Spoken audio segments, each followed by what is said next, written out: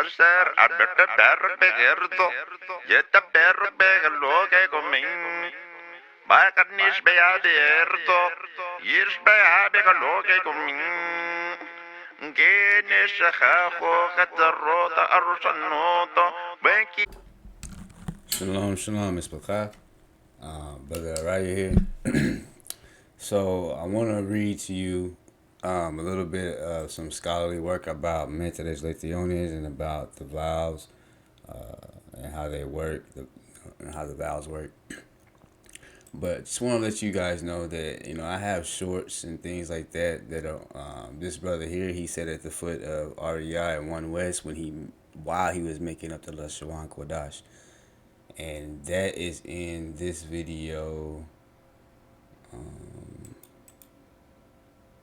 Let me see here.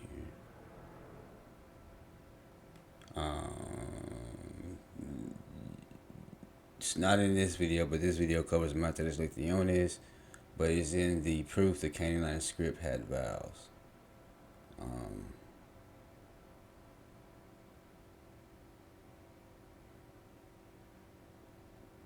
Where is it?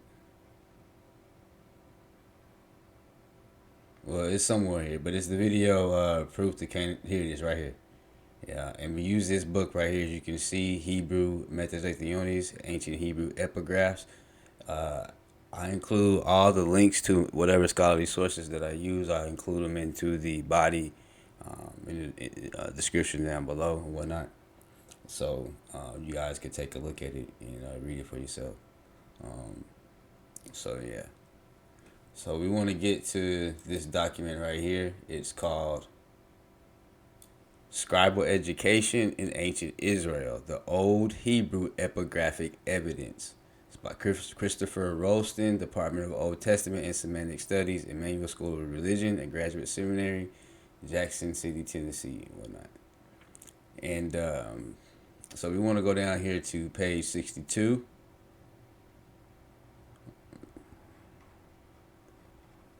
And as you can see, this could be for another video, but it's telling you the evolution and then the different regions of the different characters, consonants and etc. How the hey first started out, then it formed to that, the conf, doom, doom, doom, etc. All right, it's a good read. It's the Lakish Stele. But it's a good read. What page? 62, 60. All right here. So we're reading the Old Hebrew orthography. All right, it's going to be a quick video. It's not going to be too long. It says the Old Hebrew script was a distinct script series with diagnostic differences, distinguishing it from Phoenician and Aramaic, and reflecting both diachronic and development and synchronic consistency. Similarly, the orthographic practices used for Old Hebrew differ from those of Phoenician. Moreover, the development of certain orthographic conventions in Old Hebrew, namely internal motivaciones, and internal motivaciones means the consonant turned into a vowel inside of the word. Okay, that's what internal. So outer would be at the beginning or at the end of the word. And it says, namely, internal motivaciones occurred later in Old Hebrew than in Aramaic. Right. In addition, the orthographic conventions employed within the Old Hebrew writing system also reflect diachronic development and synchronic consistency. Some have argued that a primary reason for the consistency of the Old Hebrew orthography is that there were no real orthographic options for the Old Hebrew writing system. For example, Weeks had argued that the general uniformity of orthography is explained simply by the nature of the script. It is really quite hard to come up with the alternative spelling of words when the alphabet differs little or no choice of characters to represent a given sound. He goes on to affirm that it was only with the widespread use of more ambiguous vowel letters in a later period that great variation was able to occur. Similarly, Crenshaw states that the Hebrew alphabet offers little option in spelling, at least until the use of vowel letters. And this is the same thing that all the camps be saying, and everybody that pushes the Lashawan Kodash. they're saying that the vowels were added to later, to the Nikkud, to the AD times, or to the 100 BC, or whatever time it was. It wasn't added to later, when really the vowels were added to preserve what was already there. Okay, so right here it says, however, mutations, i.e., vowel letters, occurred not simply in the later period when they say the Nikkud was invented, but in the early Old Hebrew inscriptions. Thus, mutations occur in Old Hebrew inscriptions from the time of the early Old Hebrew inscriptions, which is early 9th to early 8th centuries, and thus uses persist for the succeeding chronological horizons of the Iron Age. Moreover, internal mutations began to be used in incipient fashion during the late 8th century and very early 7th century in Judah, and they became reasonably common in the late 7th and early 6th centuries. Furthermore, comparative analysis of the orthography of Iron Age Phoenician, Old Hebrew, and Aramaic serves to elucidate the complexities and nuances of the orthographies of these writing systems, including diachronic development, and also to demonstrate that alternative spellings were indeed real options for Iron Age Levantine writers employing the same 22 alphabet. So, in other words, all the Northwest Semitic languages had mutations. Okay, and in the upcoming videos, we're going to go into some Aramaic, into some other things, and we're going to see what they're talking about, because they're going to give lists of these different artifacts and things that contain consonants as vowels. All right. So further, what do we see? Moreover, internal Leonis began to be used in incipient fashion during the late 8th century, which would be like 700 BC, and very early 7th century in Judah, and they became reasonably common in the late 7th and early 6th centuries. Right, so what it's saying, the Northern Kingdom, it became the vowels and mutations came in the Northern Kingdom in the 7th centuries, which would make sense because that Misha stele was in 837 when they liberated Moab, liberated themselves from Israel, or whatnot, when Moab did, from Omri. It says, moreover, let's see here.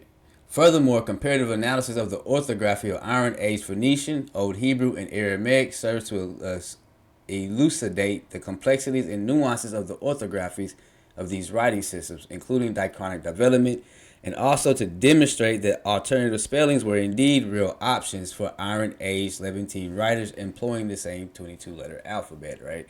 So we just read it again just to let it cement. Okay, so now it's gonna go here. It says the final long I. Right, I, and you'll see that in the Misha video. Old Hebrew inscriptions consistently use yod as a mata leteodes to mark final long I.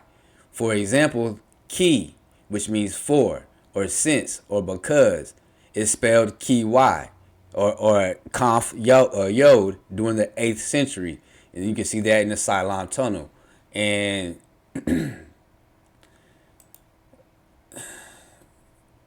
this would be right here. That's the only thing that I've seen in this right here. But this is for another mataleteo. This is haku, which means haku, and this is what he's going to say. I'm going to show you this later on. But in the Silent Tunnel, the 7th century, and the early 6th century, similarly to Adonai, my Lord, was written Dalit Nun Yod, right? Yod, Dalit Nun Yod. And me, who, is written Mem Yod. However, Iron Age Phoenician orthography does not mark final long I. For this reason, for example, ki is spelled with conf, without a metrolexiones for the final long I. So in the actual Phoenician, when the Phoenicians used it, they didn't have the conf at the end of the words was the I, and you'll see that on kind of a little bit on the Misha Stele in the beginning where he says Anoki Mesha. It just says Aleph Nun Conf. right? But you get Anoki, and that's kind of what he's saying with the Phoenician. And you'll see that in the Misha Stele video if you watch that after this, or if you watch, let's see here. Spell key without Monteleciones for the final I. Within Old Aramaic and Official Aramaic, and Official Aramaic is just Imperial Aramaic, which was what they used like administration. Final long I is marked with a yod functioning as Monteleciones. For example, key is consistently written conf yod, and this is on the Zakir Stele, right? And the Zakir Stele is, let me see, this is the Zakir Stele, if I'm not mistaken. Right? No. That's not. That's the different one. The Kilamena, I think it is. Well, on the yeah. So on the Zakir Stele and Hatabani is spelled Hey, Wav, Shin, Bet, Noon, Yod on the Bar Rakib. Ultimately, it is readily apparent that there are orthographic differences between Phoenician orthographic conventions and those of Iron Age Aramaic and Hebrew. That is, there were orthographic alternatives. Number 2, the final long U.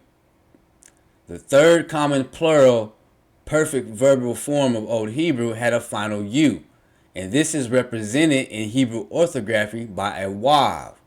For example, Old Hebrew haku, they struck, is written he, conf, wav in the silent tonal line number 4, and that's what I showed you a minute ago. So this is the silent tonal description. This is 1, 2, 3, line number 4. He, conf, wav, haku. And this is what he's saying. That word haku is saying hakul, they struck. Let's see here. But I'm not too sure about that one though. But I had to do some. I'm still researching on that one. But I just showing that to you guys. With the wav representing the final U, and Wayalahu, and he brought him up was written wav yod lamet hey wav, with the final wav amatas letiones for you. However, the same verbal form, i.e. third plural, in Iron Age Phoenician is spelled without the final long vowel represented in the orthography.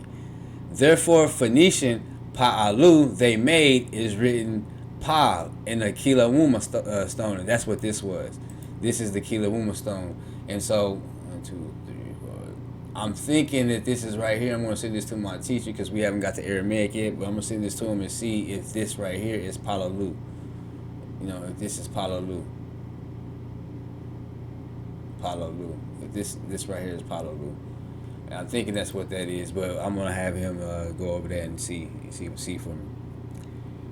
It's written pa without the use of a wav to represent the final U.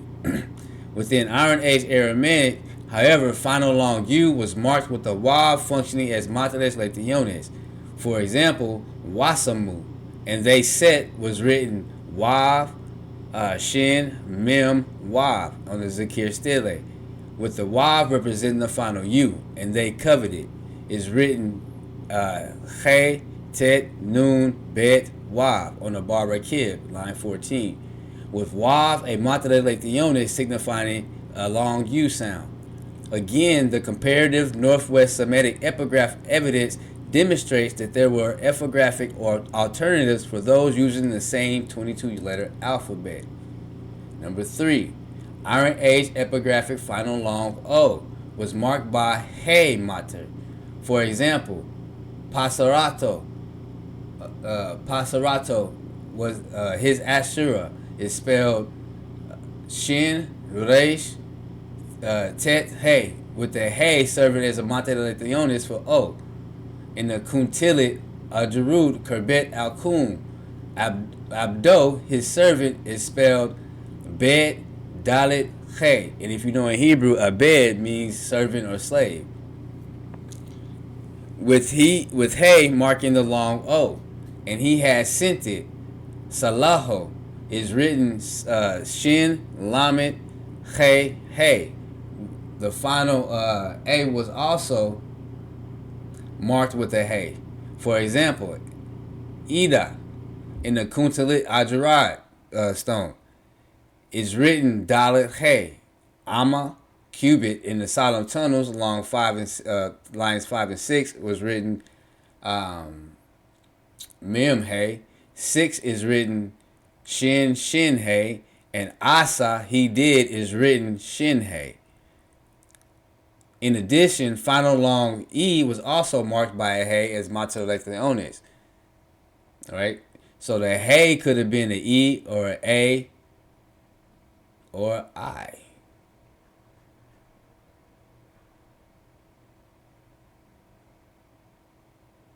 I mean, no. The yo was I. I'm sorry.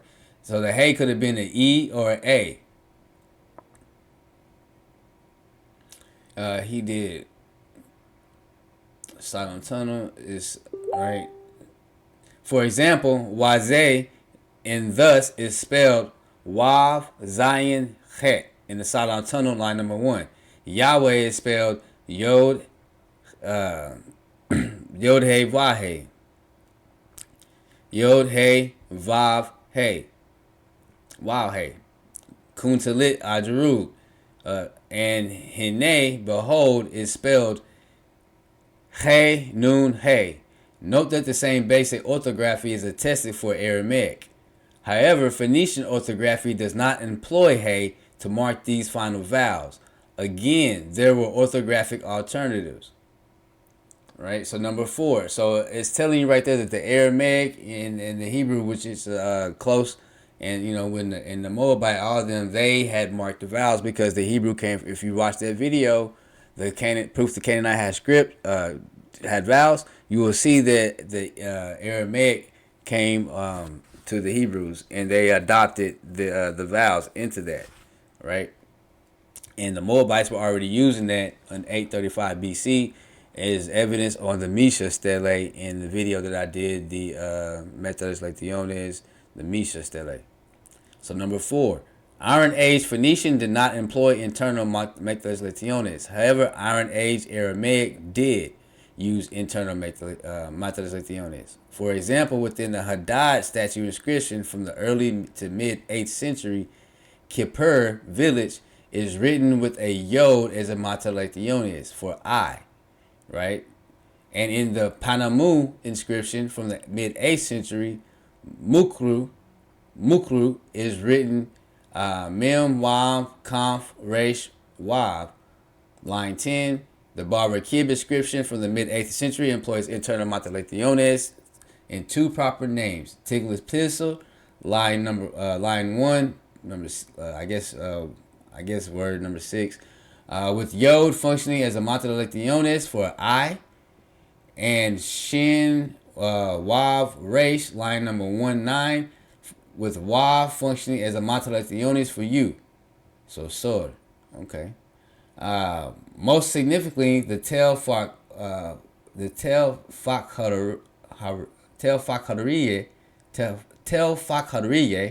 statue inscription. Mouth, y'all. I need to get some water. Statue inscription from the mid-9th century employs internal Matelekleones extensively with the Vav of the word, Galgal or canal inspector. Line number 2 serving as Matelekleones for you. And the Yod, Pei ratio Shin, line number 18 as Aparis, unit of a dry measure, a Matelekleones for I. For Old Hebrew, there's no evidence for the use of internal Matelekleones during the lion's share of the 8th century. For example, during the 8th century, U was not written with a Matelekleones. Thus, Baruch bless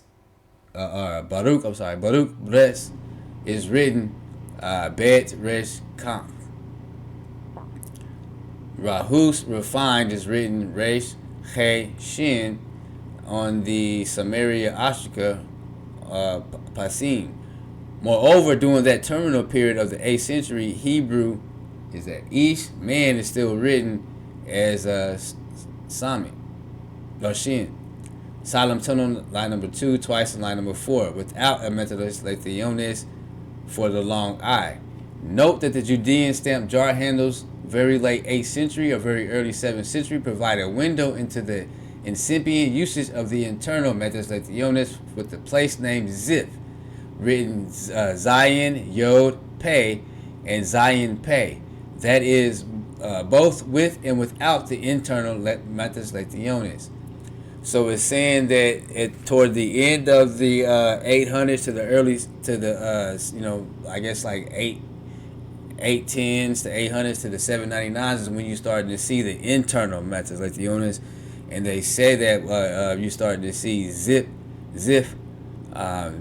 ZIPH written as Zion Yod Pei, and that Yod is serving as the I class vowel for Zip.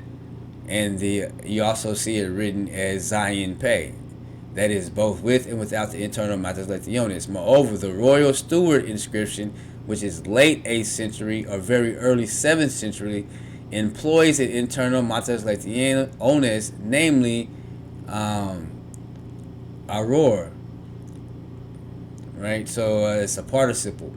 It's written of Resh, Wav, Resh, line number 2. During the succeeding decades, Hebrew orthography continued to develop, and by the second half of the 7th century and early 6th century, Old Hebrew began to use internal metalectionis for more frequently. Hence, Ish, man, is written Yod, Shin. The Yod is self-referenced metalectionis for I, Ish. Ir is written Yod, Resh. And Sus is written Shin, Wav, Shin. With the Wavs suffering as a U class vowel, right? Some variations continue during the period of development and usage of internal metalectionis. For example, note the spelling of the personal name, Ahikam,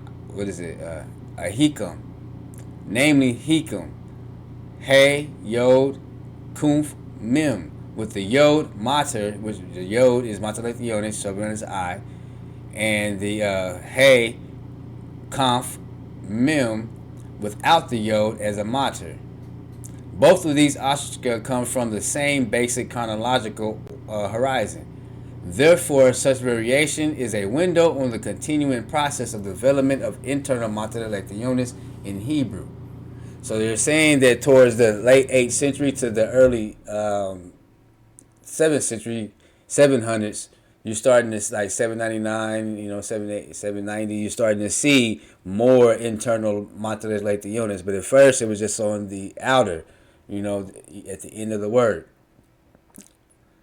Ultimately, this process of orthographic development will continue as reflected in the very full orthography of the Qumran corpus.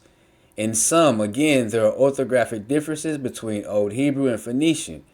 Moreover, there are also differences between Old Hebrew and Aramaic, with Aramaic beginning to employ metalectionis prior to their use in Old Hebrew. And this is why I say, that you can see there's a trail. How you have a paper trail when you use like credit cards and stuff. There's a trail that the language and the vowels metalectionis is leaving.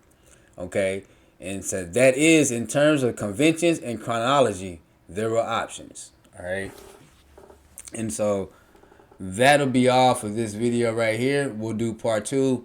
It'll be the diacritic development and the synchronic consistency. All right.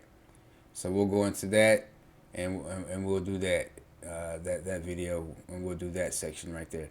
But as you can see, again, more proof. This is 4 videos that's showing you metalectionis, that the Paleo had vowels, that certain consonants served as vowels in the Paleo Hebrew. All right, and so, but I highly suggest y'all go and watch these videos right here. The metalectionis video, this one right here, metalectionis, the book Hebrew Epigraphs. Go watch this video and go get that book. You might have to pay for a subscription to get the online thing, but hey, sometimes you got to spend money. Serving the Most High is not cheap.